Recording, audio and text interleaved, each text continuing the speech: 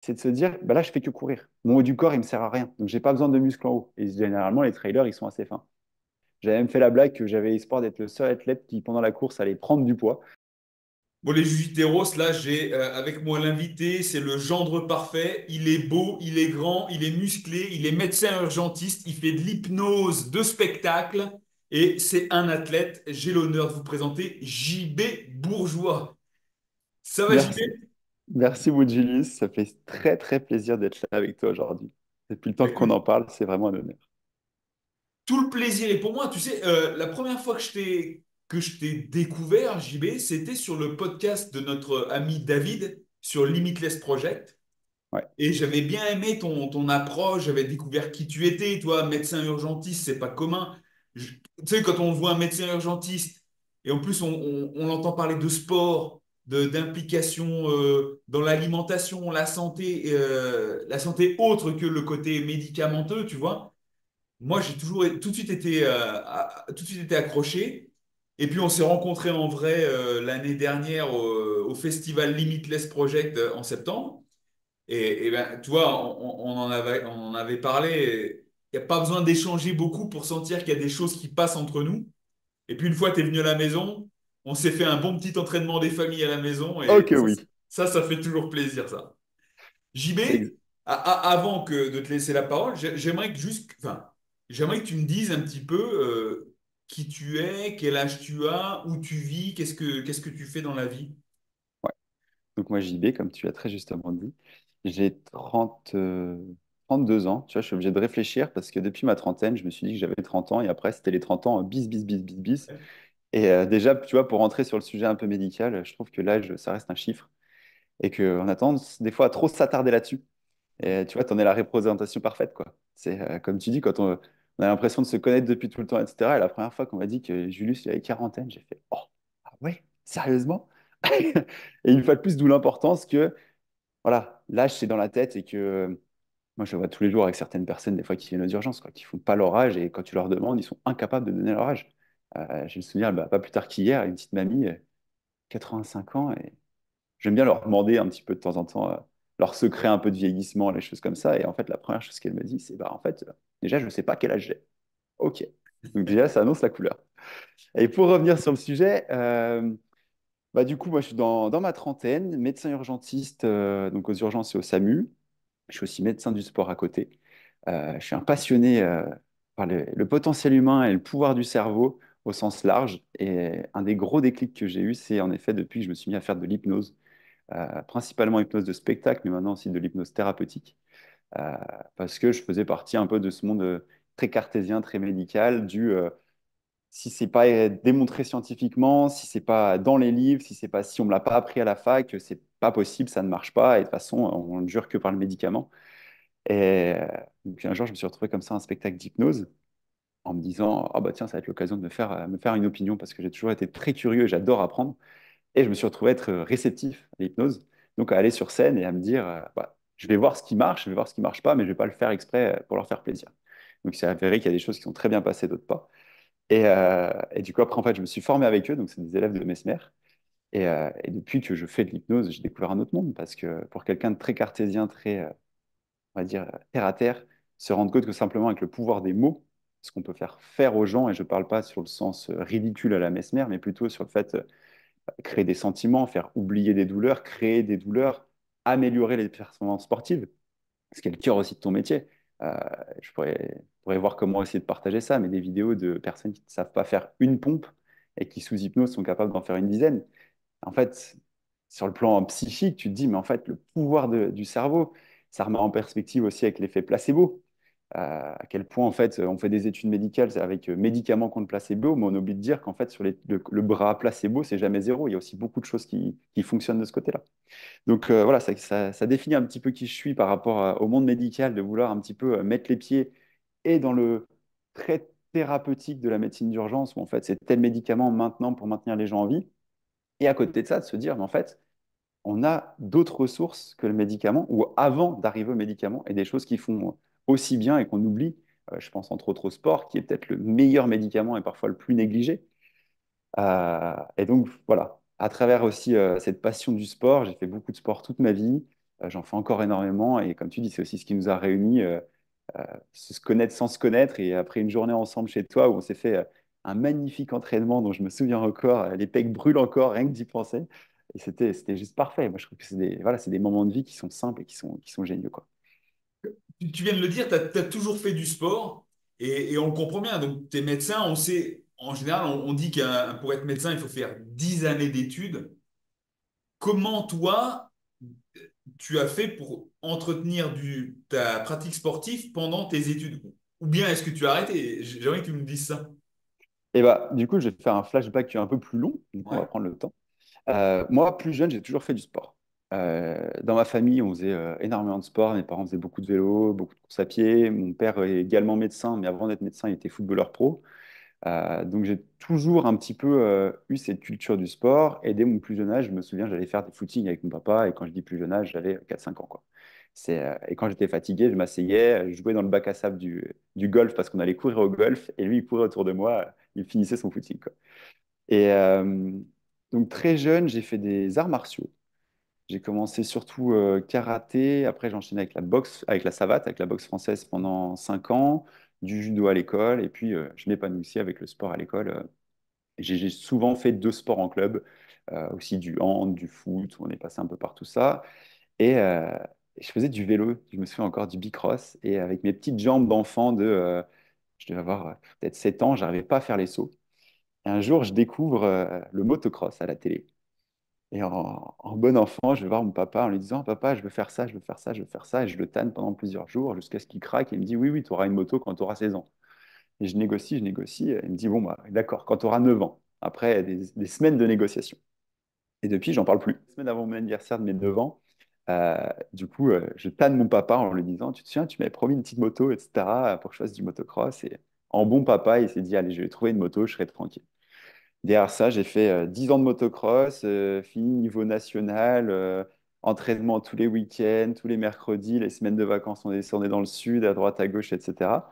Donc ça a été mon premier contact avec le monde sportif de niveau pas national, on va dire, avec les entraînements réguliers, l'organisation, tout.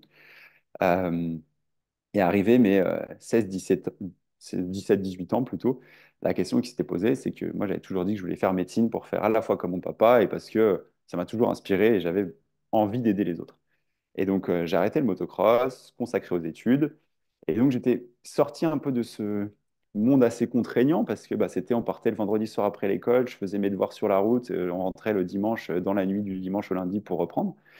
Et forcément, bah, la première année de médecine, là, c'est monde de moine. Donc, c'est généralement 2 ans où tu fais 12 à 14 heures par jour, tu n'as plus rien, tu coupes ta vie sociale et vraiment tu bûches parce que la première année, c'est que de la sélection. C'est apprendre des encyclopédies quasiment par cœur, recracher au mot près, où ils veulent vraiment te piéger, non pas sur tes capacités humaines et tes capacités de raisonnement, mais simplement sur ta capacité à apprendre par cœur. C'est vraiment bête et méchant. Euh, à Grenoble, on était 1700, ils en prenaient 170, donc ça t'annonce le niveau un peu de compétition. Première année, j'avais vraiment tout arrêté le sport et je faisais plus que ça et ça a été catastrophique. J'ai perdu 7 kilos, pas la bonne santé, rien du tout. Et du coup, la deuxième année, on a plutôt réajusté en se disant, bah, en fait, j'ai quand même besoin de mon quota de sport. Repris le sport, fait un petit peu, enfin, du coup, ça m'a mené à 2 ans de MMA. J'avais repris un peu le renfo, la course.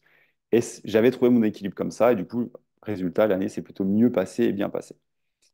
Tu arrives en deuxième année de médecine, tu sors de 2 ans de moine avec la petite toge et tout, tu sortais plus, tu faisais plus rien. Là, par contre, tu découvres une autre vie parce que bah, tu sais que tu seras médecin, quoi qu'il arrive. Donc, c'est généralement plutôt la fête. Donc là, 2 grosses années de fête. Un sujet qu'on a évoqué entre autres ensemble sur l'alcoolisation excessive qui va avec les soirées étudiantes et qui plus est médecine. Donc, c'était du 5 jours sur 7, des semaines entières, des fois, de fêtes de médecine où toute la médecine de France se réunissait, enfin, des choses assez géniales, mais qui maintenant me paraissent complètement aberrantes. Mais je pense qu'il faut des fois passer par un excès pour justement se rendre compte de l'excès, pour pouvoir faire machine arrière et se dire, OK, j'ai connu ce que c'était que l'excès, je reviens en arrière. Et je pense que là-dessus, c'est un sujet où on se rejoint complètement. Et, euh, et donc, arrivé, donc ça nous amène, j'étais en 4e année de médecine, donc je commençais à en avoir un peu marre de cette vie de débauche. Et je découvre les Spartan Race, c'était le gros boom de ces courses avec obstacles. Spartan Race, Mud Day, pour citer, Frappadingue, pour citer certaines franchises. Donc, en gros, c'est de la course à pied, plutôt typée trail, avec ou sans dénivelé selon les courses, avec du parcours du combattant militaire, dans la boue, et de plus en plus, après, par la suite, des obstacles typés un peu à la Ninja Warrior. Et du coup, moi, je me retrouve complètement là-dedans sur cet aspect dépassement de soi. Et donc, je me lance à fond là-dedans. C'était en plus nouveau, c'était le truc à la mode. Donc là, du jour au lendemain, je me suis dit, mais en fait, tout le monde le faisait généralement en équipe, entre amis, etc. Et puis bah, moi, j'avais encore pas mal de potes qui étaient encore dans cet aspect de débauche et personne de très motivé pour le faire avec moi. Et je me suis dit, mais en fait, t'as pas besoin des gens. Si tu veux faire un truc, bah, en fait, donne-toi les moyens. Cette course, tu peux très bien la faire tout seul. Et du coup, je suis vraiment tombé dedans et j'ai repris le rythme d'entraînement progressivement, 2 fois par semaine, 3 fois, 4 fois, 5 fois, jusqu'à vraiment m'entraîner, faire ma première course où j'en ai franchement chié parce que je m'attendais pas à un truc aussi difficile et j'étais pas prêt en fait à porter des choses aussi lourdes et être aussi endurant. Et du coup, après, par la suite, je me suis vraiment entraîné et pendant 4 ans, du coup, j'ai fait beaucoup de sport, enfin de courses avec obstacles. Et pareil, niveau championnat de France, pris pour les championnats d'Europe, mais je m'étais blessé parce que pareil, à l'époque, tête baissée, donc il n'y avait pas de récup. C'était chaque entraînement, c'était la compétition. J'avais commencé le CrossFit en même temps et chaque WOD, à chaque fois que j'y allais, il fallait que je sois le meilleur de la journée. La Ouais. question ne se posait pas, c'était un entraînement, une performance et c'est comme ça que je me suis cramé. On pourra revenir un peu sur le sujet, à quel point des fois, c'est pas forcément la bonne chose à faire. Et voilà. Et donc après, par la suite, un peu de lassitude, une petite zone de transition plus sur du renfort et juste de la course à pied pour se maintenir. Et depuis maintenant 2 ans et demi, 3 ans, je me suis remis à la course à obstacles où j'en fais 2 par an sur un format inhabituel qui est beaucoup plus long. Euh, Parce que d'ailleurs, ce qui avait fait, entre autres, marquer la pause, et en soi, je remercie tout ça, c'est que j'étais dans une salle de CrossFit à Lyon où je venais de m'inscrire. Euh, J'avais jamais fait de back squat parce que j'essayais toujours, j'avais un dos fragile, j'avais des vertèbres qui avaient glissé un peu dans l'enfance à cause du trampoline. Et je disais, bah, je fais que du front squat. Et forcément, à un moment, on se dit, bah, moi aussi, j'ai envie de faire comme tout le monde, faire du back squat, avoir un chiffre. Et on fait un entraînement, et bah, le coach me dit, oui, oui, vas-y, tu peux charger, mets ta barre. Et il me laisse là, et chacun faisait son back squat. Et bien sûr, je fais 100 kilos, je me dis, bah, ça va, je me sens bien. 110, ah bah, encore. Et puis toujours l'ego au premier lieu. 120. Et à 120, j'ai senti tout mon dos craquer. Je me suis affaissé par terre, décharge électrique dans les 2 jambes. Et là, j'ai fait, ah, c'est pas bon ça. Donc, une belle hernie discale. Ouais. Derrière, je me suis les 48 premières heures au lit, à pisser dans une bouteille où tu n'arrives plus à te lever. Obligé d'appeler mon papa pour qu'il vienne à Lyon m'aider. Enfin, c'était la calamité. Donc, 6 mois un peu de réhabilitation toute douce à reprendre et me dire que je pourrais plus jamais courir, plus faire de sport, plus rien. Et en plus, c'est des fois même ce qu'on entendait sur le plan des collègues. C'était, bah, là, tu t'es fusillé le dos, tu vas plus pouvoir rien faire, etc. Et ce qui a amené un petit peu mon changement de vision de la vie et d'approche, parce que du coup, j'étais assez sceptique. Je me disais, mais si, moi, je pense qu'il y a possibilité de. Donc, ça m'a amené un peu à m'intéresser à tout ça. Découverte du mouvement, donc avec ce brave Ido Portal, qui très rapidement, le hasard m'a mené à notre cher Slim que tu as reçu assez récemment. Ouais. Je me suis entraîné avec lui pendant 3 mois et après, là, voilà, il fait boule de neige. Je rencontre David, je te rencontre toi et nous voilà maintenant 4 ans après et où je garde presque une part de mon activité justement pour la découverte de tout ça et pour le temps avec les copains, pour justement toute cette approche qui peut complètement changer des vies et de paradigme, quoi. Ouais. Magnifique, magnifique JB, tu vois, il y a tellement de choses à reprendre sur ce que tu as dit. Moi, je voudrais revenir déjà sur ce que tu viens de dire sur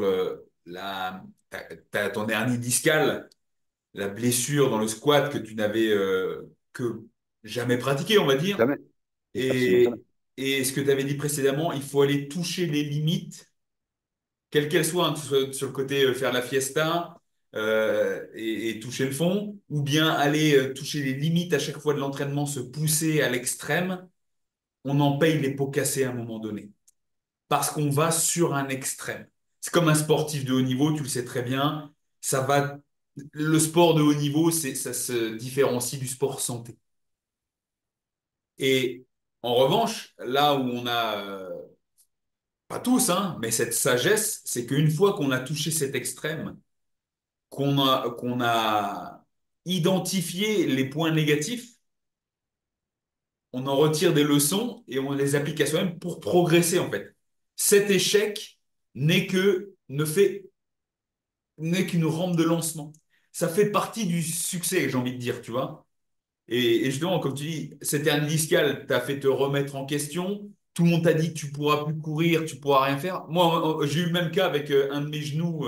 À l'époque, j'avais plus de cartilage. On m'a dit, bah non, ça, tu peux plus rien faire. Voilà. Bref. Et maintenant, bah pareil, je squatte, je cours, je fais les traitements. Tu le sais, quoi. Comment toi, tu as, comment dire, comment toi, tu as analysé ces échecs? Est-ce que ça t'a pris du temps, peu de temps, et comment tu as rebondi? Quels ont été ces outils qui t'ont permis de rebondir? C'est une belle question. Euh, sur les blessures moindres, j'entends les tendinites répétitives que je pouvais me faire parce que bah, forcément, mes tendons n'étaient pas adaptés, les choses comme ça. Ça, je les mettais clairement de côté. Je me disais, de toute façon, ça va passer. Si ça revient, bah, c'est pas grave. Je vais changer un peu ma façon de courir, changer de chaussures. Je vais faire un peu moins ça. Et puis, de toute façon, moi, je suis un guerrier. Je suis là pour me dépasser. Donc, c'est pas la douleur qui va m'arrêter. La douleur, c'est qu'une information. Donc, vraiment, ce message du marche ou crève, j'ai envie de dire. C'est où je me souviens, le discours qui m'a mené très loin, que ce soit tant sur les études que sur le plan sportif, c'était si tu le fais pas, c'est que tu es une merde. J'avais vraiment ce discours du vraiment très militaire où tu te rentres dedans à la façon un peu la David Goggins. Et à l'époque, moi, ça m'inspirait beaucoup. En fait, non, c'est une information, c'est ton cerveau qui contrôle le truc. Si tu négliges ça, ça va disparaître. Et du coup, ça marche. Ça, c'est clair, ça marche, mais jusqu'à un point. Jusqu'à un point, parce qu'après, tu arrives à un stade d'épuisement, que ça soit intellectuel ou physique. Et là, ça casse pour de bon. Et quand ça casse pour de bon, j'ai envie de dire, tu n'as plus que tes yeux pour pleurer et il faut quand même remettre les choses en place. Donc moi, j'ai eu une longue période où ouais, je me suis dit que là, mais j'avais quoi? J'avais 20, 26, 27 ans, 26 ans, je crois. Je me suis dit, ah, mais là, c'est beaucoup trop tôt, quoi. Même les gens autour de moi, que ce soit des collègues qui étaient internes ou autres, qui me disaient, bah là, quand même, tu fais des trucs que généralement, les patients plus âgés, et puis tu vois, ils reviennent, et puis ils sont embêtés et tout. Donc une petite phase un petit peu, bah, presque comme un deuil. Tu as d'abord le déni, puis l'acceptation, puis après, tu réfléchis à tout ça. Et ce qui m'a vraiment aidé, déjà, la première chose, c'était le soutien des proches. Simplement, avoir des gens autour de toi qui disent que ça va aller, qu'on va trouver des solutions, réfléchir à tout ça. Et pas se laisser abattre et en fait, pas tomber dans l'aspect négatif de se dire, bah, ça y est, c'est fini, quoi. Euh, et petit à petit, de prendre en fait les victoires où elles sont. Une fois de plus, ça rejoint sur l'aspect un peu mindset, de se dire, plutôt de se dire, bah, en fait, là, je peux pas courir. Je me suis dit, bah, en fait, c'est cool, je peux déjà marcher. C'est genre là, j'ai pu marcher aujourd'hui 1 heure et j'avais pas mal au dos et c'est génial. Et tout doucement, venir un peu renforcer cet aspect positif. Et après, c'était un peu la curiosité qui m'a mené à me dire, bah, en fait, je vois des gens qui font des choses avec leur dos ou un peu les... et c'est généralement en médecine quelque chose qu'on n'aime pas trop, mais ces belles histoires qu'on raconte. Je veux dire, cette personne qui a guéri miraculeusement de quelque chose, alors qu'en fait, on parle que de lui, qu'il y a beaucoup de facteurs intriqués et beaucoup de biais qui font que ça s'est passé comme ça, mais on oublie les 200 autres qui pensaient qu'ils allaient avoir la formule magique et ça ne s'est pas passé. Donc, il faut être vraiment toujours vigilant entre les deux. Mais c'est un peu ouais, cet aspect positif de me dire, bah tiens, je vais essayer un peu les mouvements, la mobilité. Ah bah tiens, je me rends compte qu'en fait, mon dos est complètement bloqué et que peut-être qu'en le débloquant, je vais pouvoir faire quelque chose. Ah bah oui, en plus, j'ai fait du sport très tonique avec le motocross, j'ai toujours été très raide des chaînes postérieures. Ah bah tiens, pour se pencher en avant, pour le dos, c'est peut-être pas terrible. Et mis bout à bout, c'était vraiment sur l'aspect essai-erreur et toujours dans le respect de la douleur. De se dire, en fait, à un moment, de toute façon, tu as mal, tu sais que tu vas avoir mal potentiellement toute ta vie. Je suis encore embêté aujourd'hui avec mon dos, et là, je l'ai été pendant le dernier mois, justement, après la prépa de l'ultra. Mais voilà, je sais que, en fait, c'est l'accepter, c'est de se dire que ça fait partie de moi. Je sais que, par exemple, maintenant, il y a des mouvements, je ne vais pas aller m'amuser à les charger. Le deadlift, bah, en fait, j'en fais très peu, voire jamais. Le squat, le back squat lesté, j'en ai jamais refait depuis. Je me suis dit, est-ce que j'ai besoin d'être champion du monde en back squat ou en crossfit? Pas forcément. Est-ce que c'est pas plus intéressant d'être en bonne santé et de miser sur les années à venir pour pouvoir essayer de rattraper le Julius d'ici une dizaine d'années? Et ben en fait, ouais, pour moi, c'est ça. Tu vois, c'est ce que tu dis. Toi, on t'a dit que ton genou, il était mort, etc. Ben, en fait, tu t'es réadapté. Tu fais du triathlon. Tu as peut-être un peu moins de trauma avec la course, mais tu as du vélo, tu as de la natation. Et du coup, ton genou, ça passe, t'es pas emmerdé. Ben, en fait, voilà, c'est apprendre à se réadapter et accepter, c'était peut-être ça le plus long et le plus difficile, euh, c'est que j'allais pas être champion du monde. Parce que on est dans une culture, ou encore plus maintenant avec les réseaux, où tout le monde est champion du monde, tout le monde est beau, tout le monde est ça, etc. Et on tombe dans un excès où on veut toujours plus, quoi. Ouais. Et on veut toujours plus et et dans un sens, je vais te dire, ça peut être pas trop mal parce qu'on est aussi dans une société qui, toi, se complaît un peu dans la médiocrité et le fait qu'on s'identifie à quelqu'un qui fait des choses extrêmes ou bien plus élevées que ce qu'on est capable de faire aujourd'hui, ben, ça peut nous pousser, ça peut pousser certains à donner, à exprimer le meilleur d'eux-mêmes. Donc, c'est aussi le côté positif là-dessus. Euh, je voudrais revenir sur quelque chose que tu as dit et qui va s'éloigner peut-être du côté sportif même si c'est lié, t'as dit, et ça je le rencontre tous les jours, hein, à force de tirer sur la corde, sur les blessures, par exemple, les petites blessures, eh ben, il y en a peut-être des plus grosses qui vont apparaître. Là, on parle de blessures physiques. Moi, je rencontre souvent, c'est les gens qui tirent sur la corde du système nerveux, du cerveau, tu sais, de se dire, OK, c'est des petits stress, des petites contraintes quotidiennes, je vais m'y adapter. Et je suis on est pour l'adaptation, cette capacité d'adaptation de l'organisme qu'on appelle l'hormèse, tu vois. Mhm. Mais quand c'est chronique et sur le long terme, ben, ça mène au burn-out, à la dépression. Est-ce que toi, tu as fait face à ça mentalement? Et est-ce que dans ton métier, tu rencontres beaucoup de gens comme ça? Et si oui, quelle est ton approche pour inverser la tendance? Intéressant. Alors oui, je dirais que j'ai fait un pseudo burn-out sur ma sixième année de médecine. La sixième année, c'est que tu prends les 10 000 étudiants qui ont réussi médecine en France, tu fais un concours parmi, et je mets des gros guillemets, hein, les meilleurs, comme ils les appellent, ceux qui ont réussi à passer le cap des 8 à 10% de la première année. Donc tu reprends cette élite des 10 000 et tu refais un concours. Et ce classement de concours va décider quelle spécialité tu pourras faire et dans quelle ville. Et donc, voilà, et en plus avec une culture médicale qui va avec, c'est-à-dire que tu as globalement 5 ou 6 grandes spécialités. Et si tu fais pas partie de ces 6 grandes, tout le reste, c'est de la merde. Euh, Tu vois, moi, j'hésitais avec la réanimation qui fait partie des spécialités mères et les urgences où c'était en plus le début de la spécialité des urgences, ce qui avait changé un peu, mais c'était le bout d'eux, quoi. C'est les urgentistes, tu as les mains dans le cambouis, tu sais rien faire.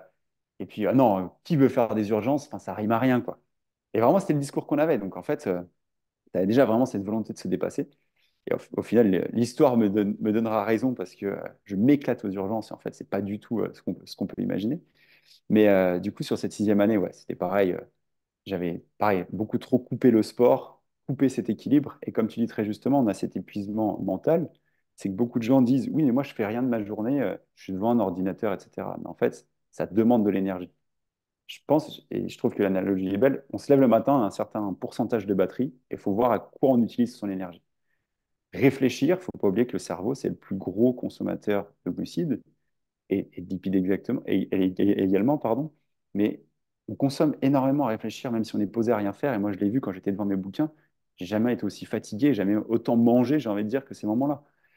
Et donc, pour réajuster tout ça, bah, faut trouver des échappatoires. Je pense à du sport, on y revient toujours et encore, ou à des petites choses comme ça peut être la cohérence cardiaque, aller marcher dehors, aller faire des petites choses comme ça. Euh, et pour revenir sur les gens du burn-out, on en voit de plus en plus, je trouve, aux urgences, où les gens sont de plus en plus dépassés par la vie en général, que ça soit professionnel, personnel, des angoisses que je dirais presque injustifiées, qui sont cultivées aussi par l'aspect de certains médias, par aussi les façons de raisonner des gens, les discussions entre les gens. Tu le vois, les gens ils disent j'ai mal au ventre depuis 1 heure. Oui, mais mon voisin, il a l'appendicite, qui s'est transformé en péritonite avec des mots qu'ils ne comprennent pas forcément, et du coup, je viens aux urgences, quoi. Et, euh, et je trouve que c'est un vrai problème sociétal, c'est qu'en fait, ça rejoint un peu ce que tu disais avant sur, comme on disait, l'aspect de dépassement et en même temps ce nivellement vers le bas des gens et cette complaisance dans la médiocrité, c'est que on a vraiment 2 mondes qui sont en train de se créer. C'est les gens qui se laissent complètement porter, qui veulent pas réfléchir à leur nutrition, ils veulent le truc tout fait, qui veulent pas s'entraîner parce qu'ils veulent le corps tout de suite et maintenant. C'est comme, moi là récemment, j'ai jamais vu autant de personnes qui se dopent physiquement. Je sais pas toi tes retours qu'il y a, mais je suis impressionné sur le plan de jeunes qui prennent de la testo. Et là, j'ai eu une petite période aux urgences, je les voyais venir aux urgences parce que bah, ils s'étaient piqués n'importe comment, donc c'est surinfecté, etc. Mais je me disais, mais waouh, on est où, quoi? Mais C'est ça, moi, je suis tombé des nues. Tu sais, moi, au début, j'étais très fleur bleue. Tu sais, je viens de la campagne. Pour moi, tout le monde est beau, tout le monde est gentil. Et il y a quelques temps en arrière, j'ai interviewé un champion qui était brésilien. tout jeune, machin, super, je m'entraîne bien, je mange bien, et au final, 3 mois après, il était pris avec de la testo, quoi, sur une compétition. Et c'est là que j'ai commencé à m'intéresser à la chose. On m'a envoyé plein de liens, plein de documentation. Je me suis renseigné et puis c'est là que j'ai découvert que, en fait, je vais pas te dire tout le monde, ce serait une généralité, mais en fait, tout le monde se pique ou tout le monde prend des produits. Enfin, je veux dire, moi je tombe des nues, quoi, tu vois. Et donc, ouais, ben, je peux te comprendre maintenant parce qu'on en avait parlé quand tu étais venu et c'est vrai que, ouais, là, j'ouvre les yeux, j'ai punaise. C'est ça. Quels effets ça va avoir sur les adultes dans 5 ans, 10 ans, 15 ans, tu vois? Quand on sait, bah après, j'imagine qu'il y a une certaine idée de dosage aussi, parce qu'entre quelqu'un qui peut-être en prend occasionnellement, je sais pas trop comment ça marche, hein, mais occasionnellement, et un bodybuilder de haut niveau qui se pique tout le temps et qui fait des mélanges de produits et qui C'est chope un ça. cancer du foie, je pense qu'il y a une différence. Mais oui, j'imagine que ça doit engendrer quand même pas mal, enfin, ça décuple certains effets dans le corps, quoi. Si ça C'est décuple tes muscles, il faut se dire qu'à l'intérieur de ton corps, ça va décupler le bon comme le mauvais, quoi.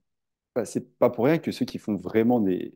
Je pense aux bodybuilders où il y a une acceptation de tout ça. Enfin, ils sont suivis médicalement de façon très proche. Là, c'est des gens qui font ça de façon avec le coach du coin qui leur a fourni les trucs de veto et en fait, ils se piquent avec les trucs de cheval. Et puis, même en dehors de l'aspect physique, moi, je trouve que c'est même sur l'aspect psychologique. Et moi, les gars, je me souviens d'un un mec avec qui j'ai discuté. Je lui ai dit, mais en fait, pourquoi vous faites ça? Il me dit, mais vous vous rendez pas compte. En 3 mois, je vais avoir les résultats de 3 ans de musculation. Je les aurai tout de suite. Je me sens mieux, j'ai de la force, j'ai gonflé. Et du coup, tu perds tout l'intérêt en fait de t'entraîner, qui est au final de progresser, d'avoir la douleur, d'avoir des échecs, d'avoir des douleurs, de se dire, bah là, je sens que j'ai mal, donc qu'est-ce que je vais faire pour le corriger? En fait, c'est une école. Et ça, c'est quelque chose que moi j'aime beaucoup dans ton approche, que tu cultives aussi beaucoup. C'est en fait le sport, c'est une école de vie. C'est ça. C'est ça, mais ça dépend encore. Toi, il faut se regarder dans la glace. Il faut se regarder dans la glace, il faut savoir qui tu es et par quel chemin tu as envie d'emprunter. Pour aller un peu dans le contresens, j'ai écouté un podcast dernièrement, le squat de la performance, sur lequel je t'ai passé il y a un an en arrière, je crois. Et c'était sur le dopage, justement. Et il y a un des arguments qui était mis en avant, que les gens mettaient en avant, ceux qui se dopaient, c'est que oui, ça leur fait gagner du temps physiquement, tu Mm. vois. Ils gagnent du temps à l'entraînement et tout ça, mais c'est aussi une histoire d'argent. Que ce soit pour un sportif dont c'est le métier, donc pour avoir plus de performance qui lui fera venir plus de sponsors, plus de notoriété et donc un gain d'argent qui assurera aussi sa survie parce que on sait que la vie de sportif en France est relativement précaire si tu mises tout Oh là-dessus. oui. Et d'un autre côté, ils évoquaient dans ce podcast le fait que les influenceurs et même des médecins, kinés, ostéos, tu sais, maintenant, c'est la mode, des kinés, ostéos qui se montrent bien balèzes, je vais vous soigner et puis vous serez comme moi. Mais en fait, ils se dopent, ils se piquent, enfin, peu importe la méthode d'administration, pour avoir des clients. Parce qu'ils ont identifié que être balèze, ça attire l'œil et donc, du coup, ben, ça fait venir plus de clients et potentiellement financièrement, c'est aussi un gain. Ils agissent sur des biais cognitifs, hein. Je veux dire, moi, C'est quand je ça. fais un post sur Instagram avec les abdos, j'ai plus de likes que quand je mets une photo d'assiette avec des brocolis et du poisson, quoi, tu vois. C'est On ça. est Ouais, d'accord. une société de l'image, et je te rejoins tout à fait parce que justement dans cette idée, et ça va faire un peu le parallèle avec ce qu'on disait, de volonté un peu de redonner la santé aux gens, le contrôle de leur santé et rééduquer un petit peu les gens au fait que bah, peut-être que quand tu as un petit rhume, simplement te reposer, aller marcher dehors, c'est aussi bien que de prendre un Doliprane. Euh, je pense que justement, là, l'idée, ça va être de créer une page qui sera Docteur JB. Je pense que c'est le nom que je vais l'appeler. Et j'en parlais hier avec, avec Solène, que tu connais, avec ma compagne. Et je lui disais, mais en fait, je me posais exactement la même question, de se dire, mais en fait, est-ce qu'il va pas falloir de temps en temps que je mette un truc un peu putaclic où tu es à moitié torse nu avec ton stéthoscope, où tu fais un peu le fit docteur pour en mode regarder ce que je prône et regarder le résultat pour attirer les gens. Et c'était le grand débat qu'on avait, c'est de se dire, c'est que si tu veux réussir maintenant presque sur le plan social des réseaux, des idées-là, et comme tu dis, avoir des clients, etc., il faut presque passer par là. Et c'est presque dommage. Parce que, comme tu dis, entre toi qui peux poster une photo de ton corps et l'assiette parfaite, équilibrée, avec les explications du pourquoi, du comment, regarder, en fait, les gens, ils ne regardent pas, quoi. Non, non. J'y vais. Bah oui, c'est malheureux, mais bon. On va rebondir. Je vais revenir sur Ouais. toi et Ok. ta progression dans les courses à obstacles, parce que, comme je l'ai dit dans l'intro et comme tu l'as précisé plus tard, tu as fait des Spartans longue distance. Et d'ailleurs, entre l'année dernière et cette année, tu as de très bons résultats. Je crois que tu fais dans le top 50 C'est de la ça. Spartan longue distance à Morzine, Morzine Avoria. Donc, ceux qui connaissent pas, c'est des résultats de fou. D'ailleurs, dis-moi exactement combien de temps ça t'a pris pour faire cette course-là au mois de juillet. Alors, ouais, donc c'est gentil déjà pour les beaux compliments. Euh, donc en fait, c'est la Spartan Ultra. Parce que généralement, les Spartan Race, tu as 5, 15 et 23 kilomètres. Et il y a un format qui se fait une fois par an en France. Je crois qu'il y en a 4 ou 3, 3 ou 4 en Europe, ce qu'ils appellent Ultra, qui est généralement 50 kilomètres et une soixantaine d'obstacles. Donc j'ai fait la première Ultra que j'ai fait, c'était l'année dernière avec notre cher ami David de Limitless. On s'était un peu chauffé sur un coup de tête et je me suis découvert ouais, un nouvel intérêt. Parce que j'avais fait le tour un peu à l'époque des Spartans, sur la distance et tout, et puis moi, j'avais jamais fait de course particulièrement longue, et du coup, c'était vraiment l'idée d'allier les deux, parce que je trouve que quand je fais du trail long seul, au bout d'un moment, je m'ennuie, entre guillemets, parce que je trouve qu'une fois de plus, dans cette volonté d'être polyvalent, et je sais que c'est un sujet où on est en accord, mais parfait, c'est de se dire, bah là, je fais que courir. Mon haut du corps, il me sert à rien. Donc, j'ai pas besoin de muscles en haut. Et généralement, les trailers, ils sont assez fins. Et du coup, là, sur cette distance d'endurance, avec en plus des charges à porter, en fait, tu as besoin d'être complet, tu as besoin de tout avoir. Donc, la Spartan Ultra, la première que j'avais fait l'année dernière, j'avais fini en 9h30. Donc, on avait 50 km et 60 obstacles. Ça me faisait à peu près un top 10%. Donc, j'étais super content pour une première participation. Et, euh, et cette année, en fait, à Morzine, c'était les championnats du monde. Donc là, je me suis dit, ouais, il faut que j'y retourne. Et là, je mets le paquet. Et du coup, j'avais possibilité en plus d'y participer. Et donc, en fait, ils ont vraiment, vraiment mis le paquet. C'est-à-dire qu'ils ont voulu mettre un point d'honneur sur l'aspect championnat du monde sur le groupe compétitif. Et les 50 kilomètres annoncés ont été en fait 60 kilomètres. Les 3000 de dénivelé annoncés, en fait, c'était 4000 de dénivelé. Et les 60 obstacles se sont transformés en 77. Donc c'est aussi ça, moi, qui me plaît et que j'ai trouvé génial. Il y en a qui râlaient un petit peu parce que bah, ça collait pas parfaitement à ce qui était prévu et tout. Mais en fait, c'est ça le beauté. C'est Ouais. vraiment la découverte, quoi. Et donc, ça m'a pris 10h30. Donc, ouais, je finis pas top 50, je fais 52e mondial. Mais ça me met quand même dans le top 10%, donc ça me fait plaisir. Et puis, par contre, 8e de ma catégorie sur à peu près une centaine. Donc là, j'étais bien content. Et puis, une course qui était. J'avais pu te faire un retour parce que ce que les gens ne savent pas, c'est que grâce à notre belle amitié, tu m'as fait un petit support tant nutritionnel que sportif. Donc, c'était très chouette. Je pense qu'on aura l'occasion de revenir dessus. On va revenir dessus, ouais. Mais c'était une course juste de dingue, quoi. Ouais. Avec le recul, voilà, enfin, tu passes 10h30 de course et ce qu'il faut imaginer, c'est que du coup, il y a l'aspect course à pied pur, donc les 60 bornes, les 4000 de dénivelé qui font déjà un beau trail.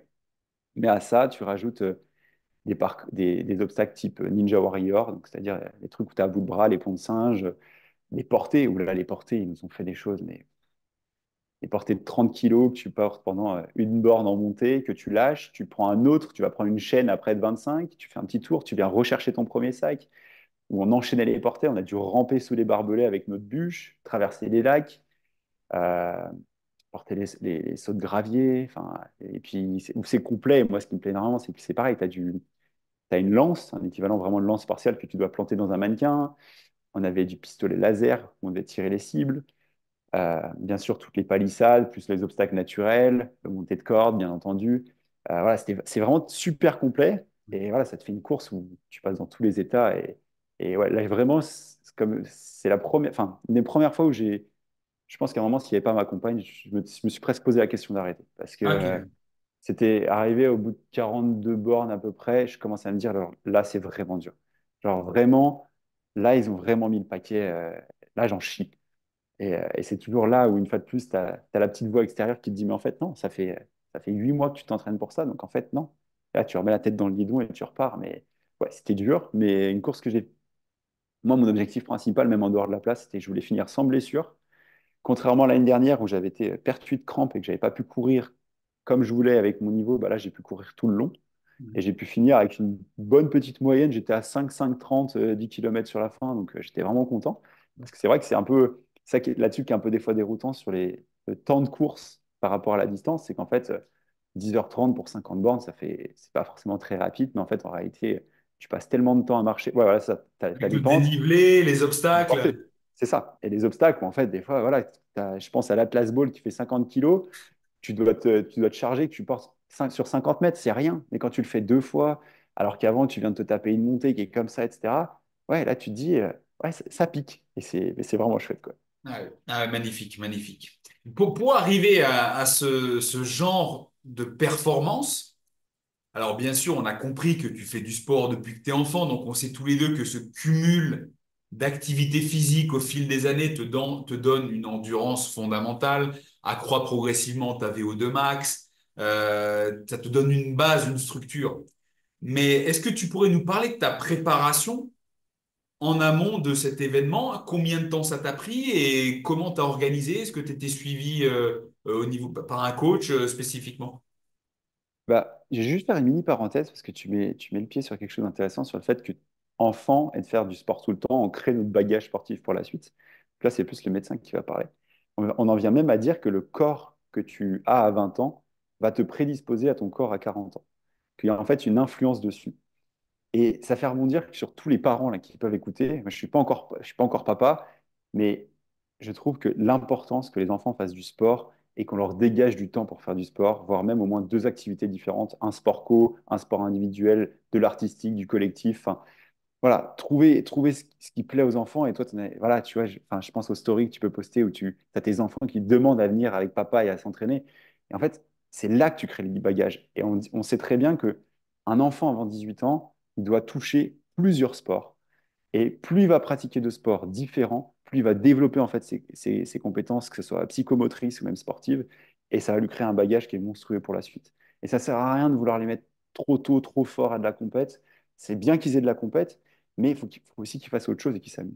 Donc ça, c'était la petite parenthèse médicale parce que je la trouve essentielle et que c'est une clé monstrueuse pour les enfants. Et moi, pour revenir sur ma prépa, donc bah, là, sur cette année, j'avais déjà le bagage. Donc, contrairement à l'année dernière, je savais à quoi m'attendre. L'année dernière, c'était vraiment l'inconnu. L'objectif, c'était de finir et on tâtonnait un peu pour s'entraîner, quoi. Cette année, bah, j'ai fait à la fois le bon et le mauvais élève, c'est-à-dire que j'ai pas du tout pris de coach. Là, tu vois, c'était à refaire. Si je la refais l'année prochaine, je prendrais peut-être un coach, surtout en course à pied. Parce que avec le rythme de vie que j'ai, euh, c'est difficile d'intégrer un coach, mais pour autant, ça me demande de l'énergie de tout gérer. Et en fait, on revient à cette barre d'énergie, de pouvoir déléguer une partie de l'entraînement, ben, en fait, c'est intéressant. Parce qu'après coup, après ces 8-10 mois de préparation, il y a des choses, quand je reprends mon petit calepin que je m'étais noté au début, genre j'ai prévu de faire ça parce que je sais qu'il va falloir, bah, je ne l'ai pas fait. Parce que j'ai pas pris le temps d'eux et que ça n'a pas été imposé d'un point de vue extérieur. Donc on revient aussi un peu sur la notion de c'est bien de savoir et de s'écouter, mais c'est intéressant d'avoir une aide extérieure parce que tu as des comptes à rendre. Et toi, tu dois le voir tous les jours avec les suivis que tu fais, mais le fait que tu aies des comptes à rendre à une personne, ça t'impose une discipline. Et le jour où tu as cette petite voix qui te dit, ouais, mais là, tu es un peu fatigué, fais peut-être autrement, etc., et bah, tu vas peut-être quand même faire l'entraînement, peut-être le faire différemment, parce qu'il faut, ça rejoint notre début de discussion, de quand même respecter ton corps et s'écouter, mais quand même, des fois, un petit peu de se dire, bah là, je vais faire l'effort et mettre le coup de pied. Donc, moi, l'entraînement, donc c'était juillet l'année dernière, la course, donc 2023, donc la première expérience que j'ai eue. J'ai recouru un petit peu jusqu'à août et après, j'ai eu un petit peu marre de courir. Et du coup, je me suis plus remis sur du renfo, un peu typé CrossFit. Donc, on va dire jusqu'à décembre, j'ai surtout fait du renfo vraiment pour le plaisir un peu de retrouver, reprendre 2 kilos de muscle, vraiment faire du sport santé. Et je m'étais dit, bah oui, je suis inscrit, on verra par la suite. Après, cet hiver, je prends vraiment plaisir à courir dans la neige, donc ça m'a remis un petit peu la course à pied. Mais c'était vraiment secondaire. J'ai fait surtout l'entraînement de force, parce que j'avais réalisé sur la première édition que j'avais besoin de beaucoup plus de force que ce que j'avais pu estimer. Parce qu'en effet, vu que tu portes des choses qui font un tiers de ton poids régulièrement, bah, en fait, tu as besoin quand même d'une charnière solide, que les obstacles Bah, en fait, oui, ton pont de singe, là, la Ninja Warrior, je sais le faire. Pour l'anecdote, j'avais fait Ninja Warrior la deuxième saison, donc c'était des obstacles que je connaissais un peu. Mais là, tu le fais au bout de 10 heures de course quand tu es épuisé, que tu n'as déjà plus d'énergie. Donc en fait, tu as besoin d'avoir un grip très solide et d'avoir confiance en tes bras et de pouvoir y aller non pas forcément en finesse, mais en force et par moments y aller plus en finesse, plus en force. Donc j'ai fait vraiment un travail de force sur 3 mois euh, où je travaillais surtout en EMOM. C'était généralement des EMOM de 10 minutes avec un certain nombre de reps par minute. Axé traction aux anneaux, beaucoup de traction aux anneaux, des dips aux anneaux. Beaucoup de kettlebell en swing parce que je trouve que voilà, pour ce qui est du grip, pour le renforcement du dos, euh, pour l'aspect aussi travail des abdominaux profonds, etc., de la stabilité, j'ai trouvé ça génial. Beaucoup de squats unilatéral avec les jambes, que ce soit des pistoles, des shrimps, des montées de boxe. Mais vraiment, voilà, tout dans le contrôle, dans une volonté vraiment de renforcer mon corps globalement. Pas forcément avec des charges très lourdes, même si j'ai eu une période où sur un gros mois, je faisais beaucoup de traction lestée et de dips lestés. Pareil, où je montais à presque un bon tiers du corps, ouais, une trentaine de kilos, histoire vraiment de... Je me suis dit qu'il fallait que j'ai une base solide. Et au fur et à mesure de la prépa, sur l'aspect force, pour rester là-dessus, j'ai diminué les charges, augmenté les répétitions pour venir travailler plutôt sur de l'endurance de force et pour en fait retrouver ça, parce que c'était bien de savoir faire aux anneaux mes 3 tractions à 30 kilos, mais en fait, je me suis rendu compte après, par la suite, que quand je faisais poids du corps, j'arrivais à en faire 4 et en fait, je congestionnais trop, j'étais pas bien. Donc vraiment de venir après réinverser. Donc une fois de plus, cette notion d'équilibre avec en plus, je trouve l'aspect un peu cyclique, que l'hiver, il fait froid, tu as envie d'être avec ton sweat à capuche dans ta cabane, pousser du lourd, manger beaucoup. Et quand les beaux jours reviennent, tu as envie d'être plus endurant, d'être plus en extérieur, d'être plus léger. Ça, c'est aussi une notion que j'ai redécouvert cette année, tant l'alimentation que le sport un peu saisonnier et de suivre un petit peu les saisonnalités.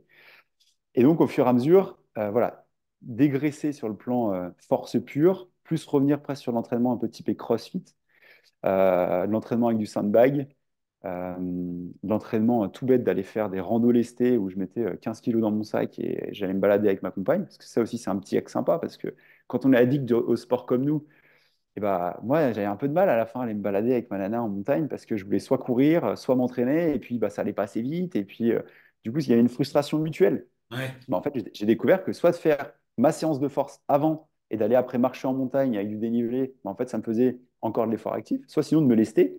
Et bah, ça a permis qu'on retrouve cet équilibre et qu'on se retrouve justement sur l'activité. Et ça, c'est pareil, je trouve que c'est une petite astuce que je trouve géniale. Ouais.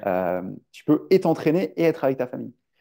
Et donc, sur l'aspect force, voilà, j'ai vraiment décliné comme ça, mais ouais, principalement du travail de force lourd, puis du travail plus léger, beaucoup d'anneaux, forcément, parce que c'est beaucoup de choses où on est les bras pendus, du travail de portée, du jeté par-dessus l'épaule. Et la course à pied, j'ai commencé surtout à la réimplémenter à partir, je dirais, de février, parce que j'avais vraiment décidé de faire un break. Au début, je courais peut-être une fois ou deux par semaine pour le plaisir, mais sans objectif. Euh, je dis que j'ai pas pris de coach, mais je me suis quand même un peu entraîné avec. Et j'ai aucun conflit d'intérêt, mais je trouve l'application très bien. C'est Bila Training, c'est Rabbit. C'est une médecin du sport qui a vraiment en fait voulu faire un modèle mathématique de la préparation en course à pied. Et ce que j'aime beaucoup, c'est que c'est des séances qui sont courtes, 40-45 minutes, plutôt axées sur du fractionné et sur de la variation d'allure. Donc tu t'ennuies pas. Moi, je me suis souvent entraîné comme ça et j'aime beaucoup. J'ai du mal à faire des sorties très longues d'endurance fondamentale pendant 2 heures. Donc en fait, je me faisais 2 séances de fractionné. euh, et je mets des guillemets fractionnés, ça pouvait être du 30-30 tout bête en côte, comme ça pouvait être du 3 minutes allure faible, 3 minutes allure moyenne, 3 minutes allure course. Et après, je breakais pendant 3 minutes et je reprenais. Il y a vraiment différents profils. C'est assez intéressant et pour les gens qui aiment bien ce profil d'entraînement, qui n'ont pas forcément beaucoup de temps, parce que là, ça veut dire que montre en main, je faisais 40 minutes d'entraînement et derrière, j'étais très bien, je me sentais bien, je pouvais retourner vaquer à mes occupations. Je me suis entraîné avec ça et après, sur la fin, les 3 derniers mois, c'était beaucoup de travail de dénivelé. Maintenant que je vis à nouveau en Savoie, j'ai la chance, je sors de mon jardin, j'ai un kilomètre vertical sur 3 kilomètres. Donc c'était généralement ouais, du 2000 à 3000 mètres de dénivelé par semaine. Et c'était vraiment, voilà, c'était vraiment Ouais. ce travail-là qui était simple et efficace parce qu'en fait, tu sors, tu fais ton dev, 1 heure et demie, tu as fait l'aller-retour, tu rentres, tu pars en garde et voilà quoi. Donc c'était vraiment en fait intégrer le sport dans la vie quotidienne. C'est bien, tu fais la transition, ça va être ma question. Médecin, urgence, on sait que les horaires sont un peu pourris, c'est les gardes, c'est travailler la nuit. moi, j'aimerais savoir, c'est comment tu as géré ton entraînement en fonction de ton travail et combien d'heures ou combien de fois par semaine tu t'entraînais en fonction de ton travail, tu vois. C'est Et sûr, explique-nous un petit peu comment ça fonctionnait, les c'est horaires. clair. Alors, nous, c'est clair que c'est un planning complètement aléatoire. Là, par exemple, là, je suis sur une période où sur une semaine, je fais 80 heures. Donc voilà, il y a 3 nuits dedans, c'est des 24 heures, c'est un peu le bazar. Et pour autant, il y a des semaines, comme la semaine précédente, où j'ai bossé peut-être 24 heures, j'ai fait 2 journées de 12 heures, et c'est tout ce que j'avais dans la semaine. Donc, il faut vraiment voir un planning qui est complètement chaotique. Mais c'est aussi ce qui nous plaît généralement quand on est aux urgences, c'est qu'on déteste la routine, on déteste l'aspect bien rangé. Et c'est ce qui nous permet de faire beaucoup de choses à côté. Et donc, en fait, sur la gestion, il y a 2 ans, j'avais tendance à m'entraîner 2 fois par jour, matin et soir, où je faisais course à pied renfo, course à pied renfo. Et du coup, les jours où, par exemple, je travaillais, bah, du coup, je ne m'entraînais pas. Et j'ai trouvé que c'était intéressant, mais en fait, ça me faisait des journées où j'étais peut-être pas forcément focus suffisamment sur, par exemple, le deuxième entraînement, qui était parfois trop dur par rapport au premier entraînement, où j'arrivais pas bien à gérer tout ça. Et lisser sur la semaine, en fait, des fois, ça me faisait un volume qui n'est pas suffisant. Et je pense qu'on met des fois spontanément, je mets l'accent sur l'intensité. Et alors qu'en réalité, et les études le montrent, c'est que c'est sur le volume global. C'est le volume global qui est intéressant. Et c'est parce que tu en fais un petit peu tout le temps et tous les jours que tu vas progresser. Et c'est un peu l'expérimentation que j'avais fait sur la force là, pendant 3 mois, où en fait, bah, tous les jours, je faisais 30 minutes de travail de force en MOM. Euh, et j'ai vu les progrès, mais c'était remarquable. Et je me suis dit, ouais, là, en fait, le volume, c'est vrai que sur une semaine, je me suis retrouvé, alors que d'habitude, je pouvais faire 30 tractions. Bah, en fait, là, à raison de 30 tractions par séance, bah, en fait, j'en faisais 7 fois plus et avec des résultats beaucoup plus intéressants. Donc, j'ai appliqué un peu vraiment pareil sur ma prépa cette année, de me dire qu'en fait, je m'entraînais quasiment 6 jours sur 7, si ce n'est 7 jours sur 7, d'accepter de casser aussi cette croyance du il faut que j'ai un jour de repos, alors qu'en fait, le repos, n'est pas forcément du bien, parce que les gens entendent repos, ne rien faire, rester dans le canapé, lire, mais surtout ne pas faire d'activité physique. Alors qu'en fait, l'activité physique en soi, ça veut tout et rien dire. Moi, quand je vais marcher 1 heure en montagne tranquillement avec ma nana et qu'on discute, en fait, je fais de l'activité, j'ai fait mes 15 ou 20 000 pas, mais c'est de la récup par rapport au reste. Donc, c'est juste baisser l'intensité. En réalité, on ne doit pas dire j'ai un jour de repos, mais j'ai un jour de baisse d'intensité. J'ai un jour de décharge. En fait, c'est le vrai terme, ça devrait être ça. Et donc, en fait, j'ai fait le choix de m'entraîner quasiment tous les jours, sauf presque en repos de garde. Parce que sur les repos de garde, donc les gardes de 12 à 14 heures, quand c'est pas 24 heures, euh, j'ai réalisé que voilà, c'était beaucoup trop traumatisant pour le corps parce qu'on sait que sur une garde, tu mets à peu près 2 à 3 jours à t'en remettre. Donc c'est aussi une variable que j'ai essayé de prendre en compte, de se dire que voilà, travail de nuit, tu viens totalement inverser tes cycles hormonaux, tes cycles de récupération. Donc je faisais simplement ce qui allait être un peu de la mobilité douce, que ce soit en passant par de la balle ou du rouleau de massage, ou simplement des exercices de mobilité simples, ou juste me pendre à une barre. J'ai implémenté le fait de faire du sauna en récupération. Sauna bain froid, j'ai trouvé que c'était vraiment très intéressant sur le plan de la récup, sur ces jours-là en particulier. Et par contre, le reste du temps, c'était de l'organisation. C'est-à-dire que bah, si je commence à 8 heures, et bah, ouais, peut-être que je vais me lever une demi-heure plus tôt pour me faire genre 30 minutes d'entraînement. Et qu'en fait, il vaut mieux que je fasse ces 30 minutes d'entraînement un jour où j'ai pas prévu forcément de m'entraîner initialement, mais que ces 30 minutes, en fait, sur la longue, ça sera bénéfique parce que j'aurai eu ma petite dose d'entraînement. Et c'était pas forcément des choses trop agressives. Des fois, ça pouvait en effet passer par un petit hit de 20 minutes où j'allais faire burpee traction, le truc vraiment tout bête, ou un peu l'entraînement comme on avait pu faire ensemble, c'est-à-dire du bench ou des pompes et derrière des tractions max où vraiment tu viens travailler l'épuisement musculaire, ou simplement 20 minutes de footing, de récupération, du coup, de décharge, parce que je savais que le lendemain, j'allais pouvoir taper plus fort. Donc, c'était vraiment cette volonté de m'entraîner tout le temps. Plutôt le matin, pareil, parce que bah, si j'étais de garde le soir, ça me permettait de mieux récupérer, etc. Et ça fait du coup la parfaite transition aussi sur un sujet qu'on avait discuté ensemble, c'est que du coup, augmenter ce volume d'entraînement, parce que du coup, je suis rapidement arrivé à du 10 heures d'entraînement par semaine, et bah, à un moment, je stagnais, je commençais à être fatigué, je commençais à avoir un peu faim tout le temps.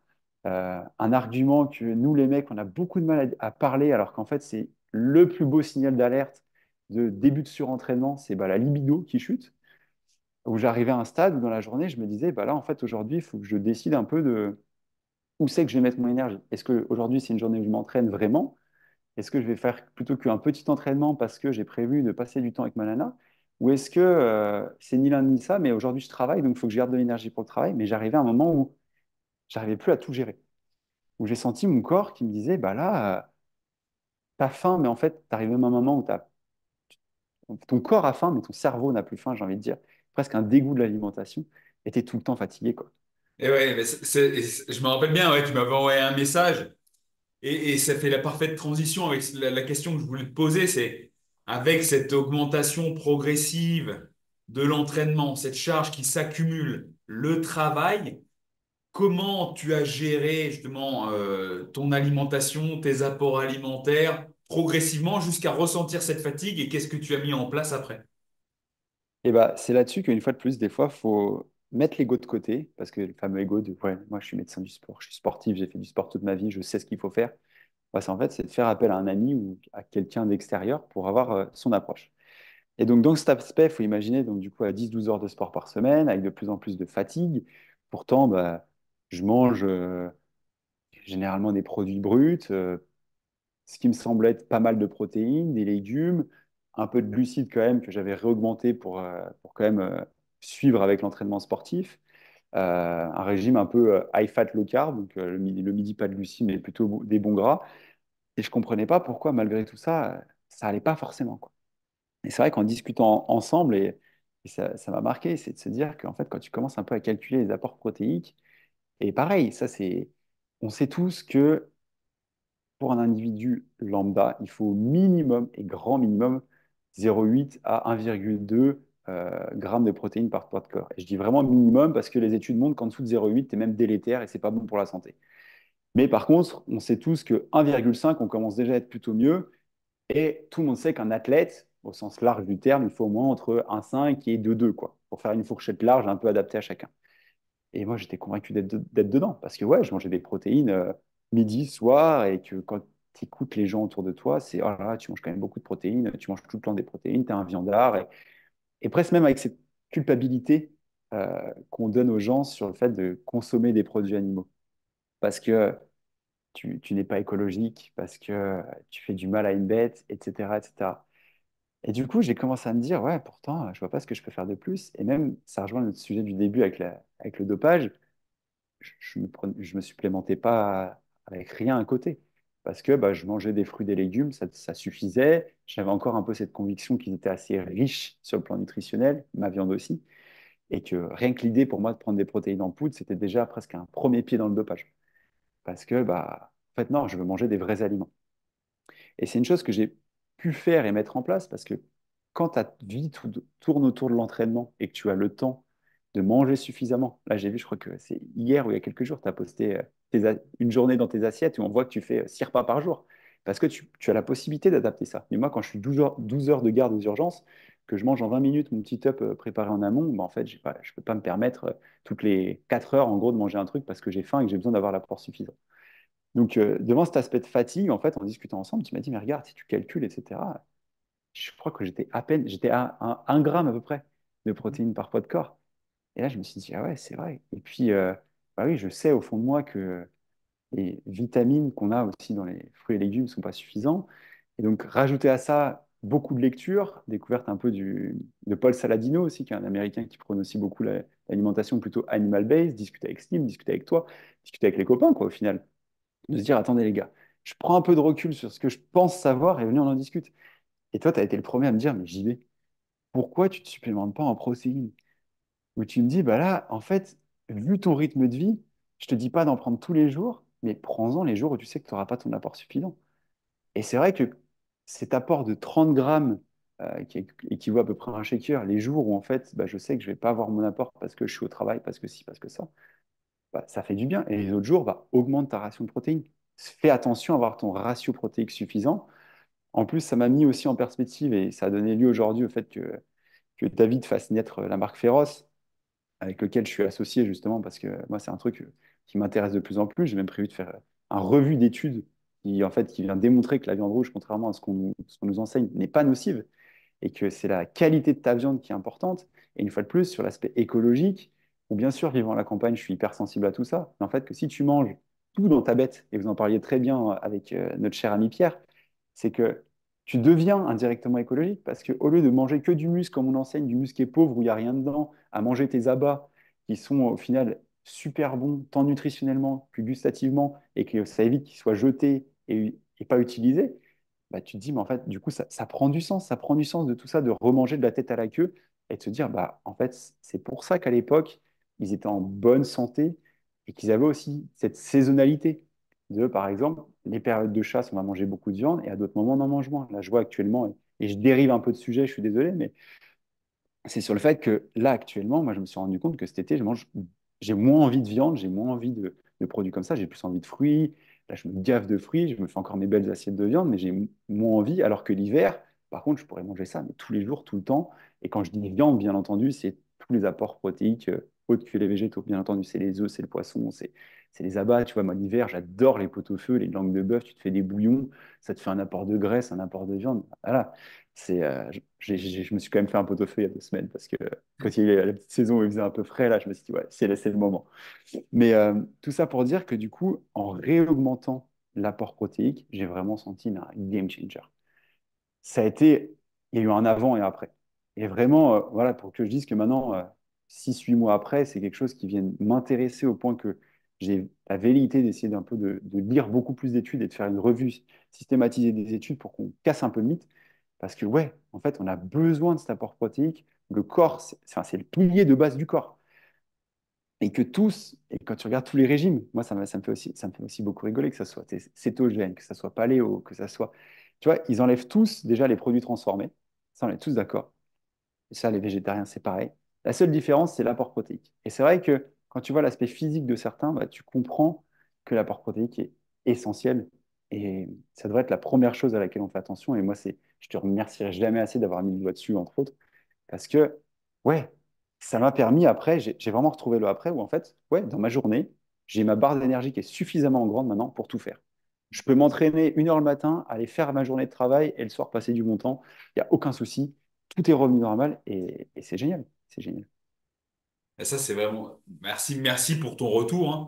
Et je tiens à le préciser, hein, moi, j'ai aucun intérêt avec des marques de protéines ni quoi que ce soit. Je suis pas non plus un apôtre des régimes hyper protéinés. Ce que je t'ai conseillé, et c'est ce que je conseille à beaucoup de clients et clientes qui me sollicitent, c'est qu'une fois que j'analyse le schéma alimentaire des personnes et que j'identifie, enfin une fois que j'ai identifié les besoins propres en fonction de chaque caractéristique, sédentaire, sportif, semi-sédentaire et autres, je dis, bah, non, mais à un moment donné, il faut quand même apporter des protéines. Euh, Si ça doit passer par des poudres, parce que c'est pratique, ça passera par des poudres. Si c'est par augmenter un petit peu tes portions de viande ou de poisson ou d'œufs, vas-y. Si c'est des protéines végétales et que ça te convient, Mhm. vas-y, tant que tu augmentes ton apport en protéines. Parce que je rappelle, protéines, ça n'est pas que de la viande. C'est ça. Ça peut être aussi des protéines végétales. Voilà, pour ceux qui sont végétariens et véganes, prenez bien ça en compte, hein. Pensez à augmenter vos apports protéiques si des fois vous ressentez certains symptômes. Et je rappelle, à la base de ça, si on en a parlé, c'est parce que comme tu l'as dit précédemment, tu avais identifié qu'il y avait quelques troubles chez toi, ben, un peu de fatigue, peut-être la récup, la libido, ben, ça on le sent direct chez les gars quand ça va Mhm. pas. Et juste en augmentant les protéines, ça permet aussi de mieux faire face. Vraiment top. Merci pour ça. Est-ce que tu pourrais maintenant nous parler au moment de la course, juste avant et pendant la course et juste après, nous parler un petit peu de ta nutrition péri-course, péri-spartane. Comment tu as préparé ça les quelques jours avant? Est-ce que tu as eu une nutrition spécifique pendant la course? Et après, comment tu as récupéré? Bah, écoute, ça fait un parfait lien. L'année dernière, j'étais sur le profil. Un peu ce qui est chouette, c'est que j'ai fait vraiment 2 prépas qui n'avaient rien à voir. Et donc, c'est pour ça que c'est très intéressant de revenir dessus. J'ai fait une prépa. L'année dernière, j'étais vraiment sur le profil habituel, j'ai envie de dire. C'est-à-dire que 4 jours avant, j'ai pris ma maltodextrine pour faire mes stocks de glycogène. Avant, j'avais fait un petit peu façon, j'allais dire régime suédois, mais c'est pas le bon terme, mais j'avais fait une carence complète glucidique pour après refaire le pic, en plus avec la malto. J'avais fait un bon petit déj avant à manger, je crois que j'avais mangé des pâtes de souvenirs. Vraiment l'aspect classique, et ça s'était plutôt bien passé. Mais entre-temps, étant passé plutôt sur un régime vraiment high fat, low carb, avec du coup en plus récemment, enfin récemment, 6 mois avant la course, réaugmenter les protéines. j'ai couru en fait et j'ai fait une approche complètement différente. C'est-à-dire que j'ai pas fait de cure de malto. J'ai longtemps hésité, mais je me suis dit, attends, 2 semaines avant, j'étais retourné faire une sortie longue de 30 bornes. J'étais à jeun. J'étais à jeun et toujours, en fait, ce que je dis, mais pas ce que je fais. J'étais parti à l'arrache. J'avais pas de barre, j'avais pas de trucs comme ça, donc j'étais parti avec juste une barre protéinée. Je me suis dit, tiens, on va voir. Et en fait, ces petites barres protéinées, bah, ça m'a tenu pendant mes 30 bornes. J'avais rien mangé de plus, j'étais bien. Je me suis dit, waouh, j'ai rien dans l'estomac. Il faut savoir que quand même, sur le plan alimentaire, c'est une des principales causes d'échec et de troubles durant une course longue, ça vient du plan gastrique. À cause des micro-inflammations, à cause de la perméabilité intestinale qui se crée, c'est quand même connu de voir les gens vomir, avoir des problèmes de transit, des choses comme ça, ou qui n'arrivent plus rien à avaler et qui du coup peuvent plus mettre d'énergie dans le moteur et qui sont obligés d'abandonner. Du coup, là, juste avec une barre protéinée, je me suis dit, ah, bah, en fait, je suis quand même vraiment bien là. Et donc, ça m'a fait me dire que bah, avant la course, je suis resté sur du régime classique. La veille, je me suis fait, mais voilà, bah, certains l'auront compris, j'aime beaucoup la viande. Je me suis fait mon 300-400 grammes de viande avec, je crois, que j'avais 3 patates et c'est tout. Ouais. Et je me suis dit, bah, en fait, je tente et je verrai. Le matin même, j'ai jamais très faim les matins de course, mais je savais que j'avais besoin de mettre un peu de carburant dedans. Et au lieu de mettre du carburant type glucidique, qui consomme quand même pas mal d'énergie à la digestion, qui a un rapport, bah, 1 gramme de glucides, c'était sur à peu près du 5 calories, alors que les lipides, est plutôt sur du 9. Du coup, tu as quand même un apport qui est plus riche sur tes lipides. Et j'avais appris tout doucement justement à gérer plutôt sur l'alimentation des lipides. Et ben en fait, je me suis mangé tout bêtement des oléagineux. Je me suis fait 2 poignées d'oléagineux que je picorais en même temps que je m'échauffais. C'est le truc que tu manges, t'as pas très faim, mais tu le manges parce que ça passe, quoi. Histoire d'avoir un truc dans le ventre. Et je suis parti simplement avec ça, quoi. Et j'étais très bien. Et moi qui avant, généralement, dès 20 minutes de course, me forçais à manger quelque chose et à manger toutes les 20 minutes mon petit apport glucidique, bah là, j'ai décidé pareil, de plus m'écouter, de l'anticiper un peu parce qu'aussi j'avais une connaissance plus intéressante de moi. Mais avant la première heure, j'ai pas mangé grand-chose. Et pour le coup, j'avais acheté J'aime bien faire mes bars quand je prends le temps de le faire, mais là, j'avais pris des trucs tout faits, mais plutôt salés. J'avais une compote de patates douces avec de l'huile d'olive là, dans les petites compotes toutes faites. J'avais pris des compotes aussi toutes bêtes, parce que ça, c'est pareil, je trouve que ça glisse très bien. J'ai mis un accent particulier, par contre, sur ma boisson d'effort, où j'avais une boisson d'effort isotonique, donc ça fait un apport de sel, un peu de sucre, et en fait, ça suffit presque, j'ai envie de dire, sur une bonne partie. Donc j'avais toujours une flasque où j'en avais, donc j'en avais en réserve dans mon sac, parce qu'on part du coup forcément avec un sac de trail.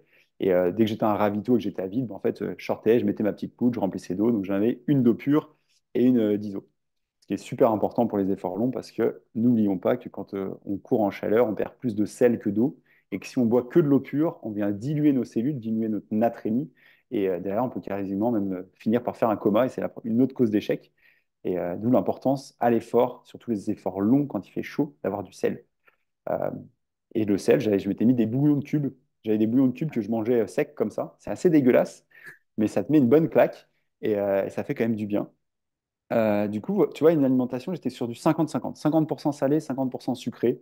Les sucrés, après, c'était plus les bars sans aucune marque, j'ai aucun conflit d'intérêt, mais un peu les Cliff Bars où c'est un peu de flocons d'avoine avec du miel, des trucs assez solides où je mangeais une petite bouchée de temps en temps. Mais voilà, l'importance du salé. Et il faut savoir que sur cette course, au bout de, voilà, du coup, de 36 km, on avait un ravito où on pouvait laisser un sac. Dans mon sac, je m'étais mis une purée de patates douces avec à nouveau du cube. Ça, c'est juste magique.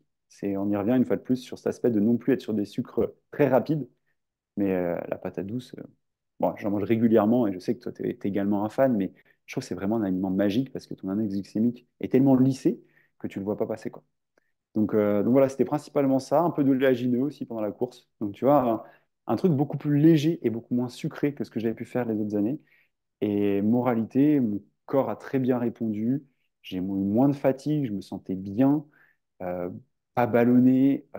Donc voilà, après, c'est très individuel et ça vaut le coup de le tester en amont. Mais ce que je veux dire, et c'est un peu le message, il ne faut pas avoir peur d'aller essayer des choses qui sortent de ce qu'on peut entendre. Ouais. Dire, moi, pareil, j'ai été élevé où père est fort, il faut du glucide et c'est tout, quoi. Alors qu'en fait, tu peux l'avoir autrement. Ouais. Je vais revenir sur quelque chose. Alors, premièrement, donc 1 gramme de glucides, c'est 4 calories. 1 gramme de lipides, c'est 9 calories. Ah Juste oui, pour j'ai la dit petite 5. correction. Et le, l'alimentation que tu as eue, par exemple, avant la course, entre steak, pommes de terre et le matin, les oléagineux, est-ce que ça, tu avais déjà testé en amont sur tes sorties? Quand tu dis, ben, je vais faire une sortie longue d'entraînement 30 bornes, on est d'accord que tout le monde ne va pas courir 30 bornes, tu vois? Donc pour toi, ça représente quand même un effort qui s'approche Mhm. de l'effet compétition. Est-ce que tu avais pu tester ton alimentation, ce genre d'alimentation sur ces sorties? Alors oui, sur l'aspect oléagineux, je l'avais testé avant pour être sûr que ça me mette pas plus le ventre en vrac qu'autre chose. Donc ça, je m'étais vraiment rendu compte que ça me convenait et je me sentais léger, parce que c'est toujours un peu la volonté de se sentir quand même léger sur la course à pied. Mais après, sur l'aspect plus viande la veille, etc., en fait, vu que c'était mon alimentation des derniers mois, je me suis dit, mais ces derniers mois, je me sens bien, je cours bien, je récupère bien, donc je ne vais pas changer. Parce que c'est toujours un peu la difficulté, c'est qu'il y a les gens qui vont tester quelque chose de nouveau pour la course, et ça, c'est vraiment la mauvaise idée. Et donc, en fait, il faut tester, oui, vous testez dans les 3 à 6 mois avant, et après, vous vous calez dessus, et vous voyez comment ça se passe, quoi. Ouais, merci. Ça confirme encore une fois les choses que tout le monde conseille, mais que je dis à mes clients qui vont faire de la compétition, quelle que soit l'activité physique pratiquée, c'est de s'appliquer à soi-même une certaine routine alimentaire, de voir dans quelles conditions tu t'entraînes déjà, les conditions alimentaires qui vont précéder tes entraînements, et le jour de la compétition, il n'y a pas forcément de raison que ça change drastiquement, tu vois. Ça, c'est Exactement. important.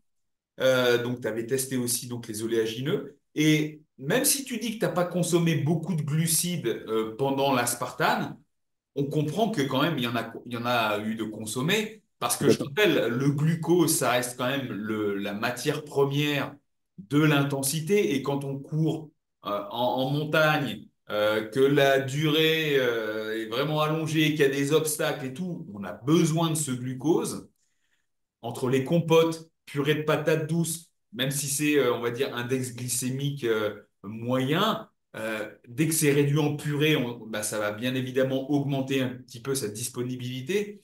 Euh, il y a quand même donc purée de patates douces, compote, les petites Les barres, barres. voilà. Est-ce que tu as pu évaluer la quantité de glucides que tu as consommé à l'heure, en gros, en plus des J'ai- boissons et tout? Sur la théorie en amont, j'étais parti sur du 50 à 60 grammes. Ouais. C'est ce que 30, ça me semblait trop peu. L'année dernière, j'étais parti sur du 80-90. J'avais même fait la blague que j'avais espoir d'être le seul athlète qui, pendant la course, allait prendre du poids. Ouais. Et ça m'allait. Mais en fait, tu vois, par exemple, un petit hack qui peut être intéressant et que là, j'avais prévu, mais j'ai pas eu besoin, c'est les bonbons. Et Dieu sait qu'on n'est pas fan des produits transformés, toi et moi. Mais tu vois, c'est le petit moment, c'est le petit câlin quand tu es dans le. Faut savoir, sur les efforts longs, il y a un moment où tu es dans le fond du gouffre. Moi, quand j'étais à deux doigts de m'arrêter, là, c'est que j'étais au fond du gouffre. Tu as la limite les larmes aux yeux, tu te demandes ce que tu fous là et tu as juste envie d'une chose, c'est de rentrer chez toi, quoi. Et ben en fait, un bonbon, des fois, pour ces moments-là, ça te fait ton petit shoot de sucre, ça te remet les idées en place. Parce qu'il faut savoir que le sucre transformé comme ça fait aussi bien que de la coke, hein, on va pas oublier, hein. Et ça te fait ce câlin d'enfant, ça te rappelle ton enfance parce que on en a tous mangé petit. Donc je disais, ouais, les bonbons, on a fait le choix de ne plus en manger après par volonté de bien-être et de mode de vie aussi. Mais ça reste un petit peu la Madeleine de Proust, ça nous rappelle notre enfance. Et du coup, dans ce moment où tu es dans un gros creux, ça te fait, moi je dis en rigolant toujours avec mon frère, c'est un peu le câlin sur la joue, quoi. C'est la petite main qui vient me caresser, qui te dit, allez, ça va aller, quoi. Et où je raccroche les wagons, c'est que tu vois, l'année dernière, j'avais consommé beaucoup de glucides, mais le problème, c'est qu'à un moment, j'étais arrivé complètement à saturation. C'est-à-dire que j'avais vraiment un dégoût pour le sucré, mais un dégoût au point que je me suis trouvé un verre où j'avais mis ça de sel dedans, un petit peu d'eau, et j'ai bu le verre de sel comme ça, et ça m'a fait le plus grand bien. Mes cellules se sont réexpandues, mais c'était. Voilà, c'est dire qu'en fait, c'est une fois de plus, c'est une question d'équilibre et de se connaître, mais que trop de sucre, c'est pas la solution, qu'il en faut, comme tu as très justement souligné, même si j'ai que j'en ai mangé beaucoup, hein, et j'avais quand même 50% de mon apport global de l'alimentation qui était du glucose. Mais voilà, c'est trouver cet équilibre. Et ça se teste en amont. Il faut essayer, il faut faire des erreurs. Et on fait forcément des erreurs. Et on est tous différents. Et une fois de plus, celui qui dit, moi j'ai la solution miracle, fais ci, tu vas voir, etc. Mais en fait, ça convient à telle personne. Et c'est pas pour rien que sur les sportifs de haut niveau, tu regardes, il y a des tendances. Oui, les sucres transformés, tout le monde les met de côté. Oui, tout le monde privilégie les produits bruts. Ça, je pense que c'est plus à démontrer. Mais sur la façon de les gérer, de les consommer et autres, en fait, chacun doit trouver son truc. Comme tu as très justement dit, Il y en a qui sont végétariens et qui ne jurent que par ça. Moi, passé un temps, je l'ai été, j'avais fait le test, je me trouvais super félin, super bien, mais je trouvais que j'avais aucune force, pas de peps. J'ai voulu faire du plus animal-based, et en fait, au bout d'un moment, ça me lassait de manger que ça, parce que j'adore tellement les fruits et les légumes, qu'en fait, je me retrouve en fait dans l'entre-deux, et c'est ce qui me convient. Donc, il faut essayer, et ça rejoint cet aspect même que j'évoquais tout à l'heure, presque un peu cyclique, de se dire, bah tiens, s'écouter selon la saison, selon le moment, se dire, bah là, en ce moment, j'ai hyper envie de ça, c'est l'été, j'ai envie de manger des barbecues, j'ai envie de... Mais à côté de ça, je veux manger ma pastèque, mon melon, bah, s'écouter. Il faut s'écouter en gardant en tête que, une fois de plus, c'est ce qu'on a dit, et je pense que ce sera le message fort, que le socle de base, ça reste quand même l'apport protéique suffisant, quelle que soit son origine, que se supplémenter, ce n'est pas la solution magique, c'est une solution pour venir combler un, une difficulté sur le mode de vie et sur l'aspect pratique. C'est intéressant sur l'aspect pratique, mais que c'est du secondaire, il ne faut pas commencer par ça. Et il faut essayer déjà tout caler le reste, et si jamais tu n'y arrives pas, en effet, de trouver cette solution, quoi. Ouais, ouais, c'est ce que j'allais faire remarquer. On avait beaucoup parlé de protéines et tout, mais on constate bien que pendant l'effort, oui, il y a quelques petits apports protéiques, mais l'accent n'est pas mis là-dessus. Exactement. L'effort, c'est le substrat énergétique direct, donc c'est le glucose, c'est les acides gras, donc apportés par les graisses. Les protéines, le corps, bah, il y en a toujours un petit peu dans tout ce qu'on va consommer de toute façon, mais c'est pas un substrat énergétique à proprement parler. Donc ça, c'était vraiment à prendre en compte. Ensuite, pour les apports que tu avais supposés pour toi, pour l'effort en apport glucidique, 50-60 grammes, ce que j'ai pu étudier dernièrement et tester, oui, effectivement, c'est la moyenne, tu vois. Même si Ah, après, il y a des extraterrestres comme Kylian Jornet qui a 100-120 grammes par heure d'effort. Mais là, pareil, c'est du travail qu'on appelle le gut training, c'est entraîner son c'est ça. système digestif à pouvoir digérer ça. Et si vous regardez, pareil, les athlètes du Tour de France, Ouais, ils sont toujours en train de manger ou de boire, mais c'est pas que de l'eau, c'est aussi des boissons c'est clair. glucidiques. Et donc, il y a énormément de glucides aussi pour leurs efforts. Donc, tout ça, c'est à tester. Donc, ouais, c'est bien que tu aies évoqué tout ça. JB, j'aimerais qu'on termine sur un point qui te tient à cœur et qui va un peu à l'opposé de ce qu'on vient de décrire. Et là, on vient de décrire un peu le sport performance. Qu'est-ce qu'on met en place pour être performant? Toi, c'est le sport santé. Ouais, Est-ce que tu pourrais nous expliquer ce que c'est le sport santé, ce que ça représente et comment les gens peuvent mettre ça en place dans leur quotidien? complètement. Le sport santé, pour moi, en fait, ce qui devrait résumer, c'est que pour moi, c'est le médicament le plus négligé, le sport. Et que justement, et j'adore employer le mot médicament pour caractériser le sport, parce qu'on est dans une société où les gens veulent le médicament magique, ils veulent le truc magique. En fait, le sport, pour moi, c'est le truc magique. Déjà parce que on est dans une société où on sait que maintenant la sédentarité tue plus que le tabac. Donc la sédentarité, c'est rester trop nombre d'heures, de 8 à 10 heures, assis, couché, sans bouger. Et c'est un peu le problème maintenant devant le travail de bureau, les choses comme ça. Rajouter à ça, on rajoute de l'inactivité, donc c'est moins de 30 minutes d'activité physique par jour. Et vraiment, activité physique, ça peut être monter les escaliers, c'est vraiment la chose qu'on ne fait plus. Et on se rend compte vraiment qu'il y a des gens qui se lèvent le matin, font 10 pas, s'assoient dans le canapé, prennent leur petit-déj, se lèvent, font 10 pas, vont à la voiture. De la voiture, ils descendent, ils prennent l'ascenseur. Ils vont à leur bureau, ils s'assoient. Et le soir, ils font pareil. Et sur le cumul de la journée, ils ont fait peut-être 1000 pas et encore. C'est le grand maximum. Et c'est d'ailleurs pour ça qu'ils ont mis en place le raisonnement avec les soi-disant 10 000 pas par jour, qui étaient 10 000 initialement, puis ils ont baissé à 7 000, puis ils ont baissé plus ou moins à 5 000 pour essayer d'adapter aux gens parce que ça faisait un trop gros gap. Et une fois de plus, un peu ce nivellement vers le bas, de se dire, bah, au lieu de motiver les gens à faire plus, on vient s'adapter à leurs conditions. Et ben en fait, on a des gens qui ne bougent plus et qui ont oublié ce que c'était de bouger. Et du coup, tout ça, ça augmente ton risque cardiovasculaire, entre autres, et avec une mortalité, donc, comme je disais, qui est supérieure à celle du tabac. On s'est rendu compte que ça tuait plus que le tabac par tous les effets qu'elle a avec. Sur le plan cardiovasculaire, comme je l'ai évoqué, sur le fait que tu n'as plus de muscles, c'est-à-dire que c'est la personne de 70 ans qui tombe et qui ne va pas pouvoir se relever et qui va rester au sol pendant des heures, et ça, c'est un facteur de risque de mortalité, qui va tomber et qui va tout de suite se casser quelque chose parce que les os sont devenus trop fragiles, parce que l'activité physique renforce aussi les os. Et donc, tous ces petits éléments mis bout à bout, ça fait quelque chose de dramatique. Alors qu'en fait, le sport, on pourrait venir inverser vraiment notre longévité simplement par la pratique de sport, donc le sport santé. C'est-à-dire, c'est pas du recherche de performance qu'on peut avoir, c'est pas de l'extrême, mais simplement de bouger tous les jours, 30 minutes, tous les jours, c'est ce qui serait parfait, sans jamais rester plus de 2 jours sans activité, ou faire 150 minutes d'activité anaérobie, aérobique, pardon, 150 d'aérobie par jour, donc ça veut dire on peut parler à côté, ou 75 d'anaérobie, coupé différentes fois dans la semaine. C'est un peu ce que montrent un peu les études, que du travail un peu d'assouplissement et de renforcement aussi, c'est bénéfique. Et ça, c'est vrai pour n'importe quel adulte, mais aussi les personnes âgées. Et c'est un vrai facteur prédictif de mortalité et de bon vieillissement qu'une personne âgée qui fait du sport et qui fait de l'activité. Comme je disais, moi j'adore demander aux personnes âgées que je vois qui sont en bonne forme quel est leur secret, et ils disent quasiment tous la même chose, c'est du jardin, de la danse, de la gym le matin, et vivre pour une raison de vivre, que ce soit associatif, les petits-enfants ou la famille. Mais ce que je veux mettre en avant, c'est que oui, jardiner, c'est une activité physique, c'est du sport. Nous, on aime le sport, on aime le renforcement, on aime la musculation, la course à pied, le vélo. Mais en fait, le sport, ça peut aussi simplement être d'aller marcher dehors, ça peut être d'aller faire du coup son jardin, d'aller faire de la danse. Et ça, c'est super important. Parce qu'en plus, ce qu'on met en évidence, c'est que le sport, c'est, quand je disais que c'est le médicament magique, ça prévient 80% des diabètes de type 2. Sport et règles hygiéno-diététiques, on arrive à 80% des diabètes de type 2 en moins. Donc le diabète qui est non génétique, ça contrôle de la glycémie chez les diabétiques, ça permet de diminuer les doses d'insuline.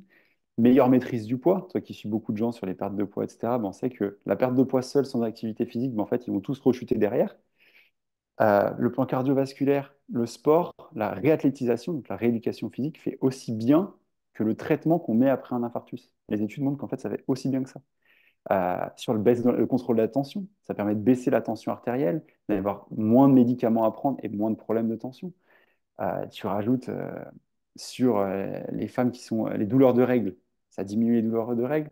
Les petits maux de la grossesse, etc., on sent mieux. Meilleure vascularisation du fœtus chez une femme enceinte qui fait du sport. Et je mets des guillemets, il faut faire attention par rapport au sport traumatique et au sport trop en charge. Mais en fait, d'aller faire de la natation, du yoga, ça vascularise plus le bébé se porte mieux. Meilleure récupération, bien sûr, en post-grossesse. On pourrait citer aussi les gens qui ont des problèmes respiratoires sur la qualité de vie et la morbimortalité, donc la mortalité et la vie en mauvaise santé, on va dire, on va l'appeler comme ça. En fait, franche amélioration de tout ça. Donc en fait, on voit que le sport, sur tous les aspects, que ça soit respiratoire, cardiologique, physique, osseux, on disait le sport, ça permet d'avoir une meilleure masse osseuse, moins de risque de fracture. En fait, je ne connais pas un seul médicament, une seule chose qui fasse aussi bien que ça. C'est On se bat à trouver la molécule magique pour mieux vieillir, mais en fait, on l'a en nous. Elle est innée chez nous. Et tu vois, par exemple, il y a une étude que j'adore qui montre que le fait d'aller au sol aussi, parce que toute la journée, maintenant, on est assis sur des chaises à 90 et le degré entre 90 et le deep squat, on l'a plus. On l'utilise plus. Il faut pas mettre les mains au sol parce que c'est sale, il y a des bactéries. Il Ouais. faut pas se baisser pour les enfants parce que bah non, c'est aux enfants de monter à notre hauteur. Alors qu'en fait, mettre les mains au sol, jouer en nature, marcher pieds nus dehors, euh, retrouver tous ces aspects, en fait, ça me semble essentiel. Et du coup, l'étude que je voulais évoquer, c'est les Japonais mangent par terre. Parce que c'est culturel. Ils mangent sur la petite table, etc.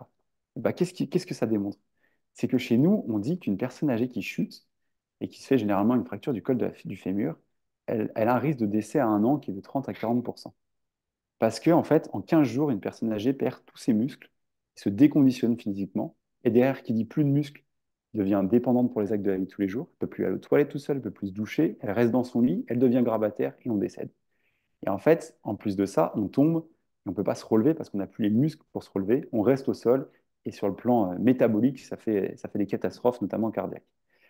Et ben en fait, au Japon, vu qu'ils ont l'habitude d'être au sol tout le temps et qu'ils conservent cette habitude, parce que même à 90 ans, la mamie, elle va manger par terre en tailleur avec tout le monde, et ben elle sait se relever du sol. Donc ce qui fait que s'ils tombent, en fait, ils savent se relever. Parce que maintenant, un des vrais problèmes des personnes âgées, c'est qu'elles n'arrivent plus à se relever. Sans parler forcément d'aptitude physique sur le plan problème de poids, de choses comme ça, mais c'est juste qu'elles n'ont plus les muscles. Et ça, pareil, c'est un tout petit truc de se dire, mais ouais, moi j'engage tout le monde là, qui regarde après. Tu as une population de sportifs, donc je pense que le test ne sera pas concluant, mais qu'ils voient avec leurs parents ou les gens autour d'eux, de leur dire, mettez-vous au deep squat et regardez comme vous n'êtes pas confortable, alors que c'est une position naturelle. Aller en Asie, en Inde, les gens sont en deep squat, ils attendent à l'arrêt de bus comme ça, et c'est normal en fait. Les enfants, Tu prends un enfant, comment il joue dans son bac à sable? Il est en deep squat, penché en avant. Et c'est après, d'un point de vue sociétal, avec l'école, avec le travail, on apprend de non, tu vas pas manger par terre, mange à table. En fait, est-ce que ça serait pas marrant 2 fois par semaine avec vos enfants de manger par terre, comme d'aller faire un pique-nique dehors? Et ça, c'est une activité physique, entre autres, parce que bah, c'est se mettre dans des positions pas confortables, on n'est pas bien, on est raide, ça donne envie de aussi mieux bouger par la suite pour justement pouvoir rendre cette position confortable, et petit à petit, en fait, ça rend service, quoi. Tu vois, ça me fait penser à deux choses. Il y a l'année dernière, mes gamins sont allés faire un accrobranche et ils étaient avec mon beau-père qui a une soixantaine d'années, qui est actif certes, hein, mais quand les gamins ont dit, bah, papy, tu montes avec nous à l'acrobranche, le grand-père, pop, pop, pop, pop, pop. Tu vois? Parce qu'il y a une certaine appréhension où j'imagine qu'il ne se sentait pas capable. Alors peut-être qu'il y a l'histoire aussi de la hauteur, hein, mais de pouvoir se tenir, gravir les échelles et tout. Et quand j'ai vu ça, je me suis dit, moi, mon objectif, c'est qu'à 60, 70 ans, jusqu'à ce qu'on me mette les pieds dans le cercueil, quoi, que je sois capable de monter Mm. sur un acrobranche avec mes gamins, leurs enfants, tu vois ce que je veux dire? Ça, Complètement. un point personnel, premier point.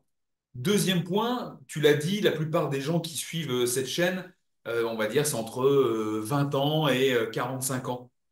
Et donc, on pourrait se dire, ouais, bon, ça ne me concerne pas tout de suite. Détrompez-vous, ça Oh vous oui, concerne. On est tous des thérapeutes et on est tous des exemples pour ceux qui nous entourent. Donc, on a tous ce pouvoir d'influencer les autres. Et donc, ce que JB vient de dire, il faut l'absorber pour nous et ensuite le partager aux autres. C'est comme ça qu'on fait évoluer ce monde. C'est pas juste des grandes idées, c'est l'action qui fait qu'on va faire changer les choses. Donc, mettez du mouvement dans votre vie, mettez du mouvement face à vos enfants, face à vos parents, faites en sorte que le mouvement soit la normalité. exactement. Contrairement, et parce que maintenant, c'est la sédentarité qui est la normalité. Non, le mouvement, c'est la normalité. Soyez bizarres, ne faites pas comme les autres. Et puis une fois de plus, vous êtes tous l'enfant de quelqu'un. Et du coup, vous avez tous cette responsabilité vis-à-vis de vos parents. J'ai envie de dire, c'est maintenant, à l'heure actuelle, c'est à nous de venir les stimuler, de venir faire en sorte que non, en fait, c'est pas parce que tu as la retraite que tu vas rester et rien faire. En fait, tu vas faire même plus de choses. Et moi, c'est l'idée, là, d'ici les mois qui vont sortir, et j'en profite pour faire bébé pub de ce qui va sortir, c'est que ça va être ça, en fait. Ça va être de créer des formations, du coup, sous le profil de Docteur JB, sur éduquer les gens à leur santé, les gestes d'urgence, parce que ça, c'est pareil, c'est quelque chose qu'on ne sait plus du tout faire, mais également sur prendre en charge les gens autour de nous, sur le fait de les stimuler. Bah ouais, vous faites du sport, mais prenez vos enfants, vos parents et faites du sport tous ensemble. Et c'est pas parce que vous faites de la musculation, du JJB pour ceux qui suivent de ça. Le JJB, c'est un parfait exemple. À faire en famille, aller faire, être au sol en famille, jouer. Et c'est juste génial. C'est juste génial. Et vos parents qui vous regardent en disant, ah, ça a l'air marrant ce que tu fais, mais emmenez-les sur un tatami, faire juste des marches animales, faire du quatre pattes et se rendre compte qu'en fait, juste le quatre pattes qu'on on est quand même né en faisant du quatre pattes, en fait, on ne sait plus le faire. T'as tout dit, JB, t'as tout dit. JB, moi j'ai fait le tour de toutes les questions que je voulais te poser. Tu as parlé que ben, bientôt ça va sortir Docteur JB. D'ailleurs, ça va être le titre de l'épisode. Dès que tu vas sortir tes formations, moi je me ferai vraiment plaisir de relayer tout ça. Est-ce que tu voudrais dire un dernier mot et remercier quelqu'un, saluer quelqu'un? Et ben, est-ce que je remercierais pas tous les Nakamas, tout ce beau groupe d'amis. euh, et je pense que ça pourrait être le mot de la fin, c'est entourez-vous de personnes qui vous inspirent et avec qui vous pouvez partager le fait d'être bizarre. Soyez le plus bizarre du groupe, soyez bizarre parmi les bizarres. Et, et en fait, voilà, entourez-vous des gens avec qui vous pouvez partager tout ça. Et qu'en plus, maintenant, on a la chance. Et Julius, c'était le parfait exemple. Ça fait, je crois que 6 mois qu'on se dit, faut qu'on se voit, faut qu'on se voit. Mais la vie fait qu'on n'arrive pas à se voir. Mais regarde là, c'est comme si on s'était vu hier. Et je sais que demain, je prends le téléphone, je te dis, écoute, je suis devant chez toi, je sais que tu m'accueilleras les bras ouverts et inversement. Et je trouve que la vraie beauté aujourd'hui, et d'utiliser aussi les moyens de communication pour ça, c'est qu'en fait, on n'a plus besoin de se voir autant, ce qui est d'ailleurs un peu triste, mais qu'on peut garder contact et entretenir ces relations et partager tout ça. Et je trouve que c'est d'une beauté et ça donne vraiment sens à la vie que de s'entourer des gens qui sont notre normalité et où, voilà, où cette exigence qu'on peut avoir tant physique que intellectuelle, bah, ça fait partie de nous, quoi. Et on s'entoure de gens comme ça. Ce sera le mot de la fin. Merci, JV. Je te Merci remercie beaucoup, Julie. également. Je remercie toutes celles et ceux qui sont encore là parmi nous. Si vous êtes encore là, n'oubliez pas de liker, partager ça avec vos amis. Et puis, je vous dis à la prochaine fois. Allez, paro!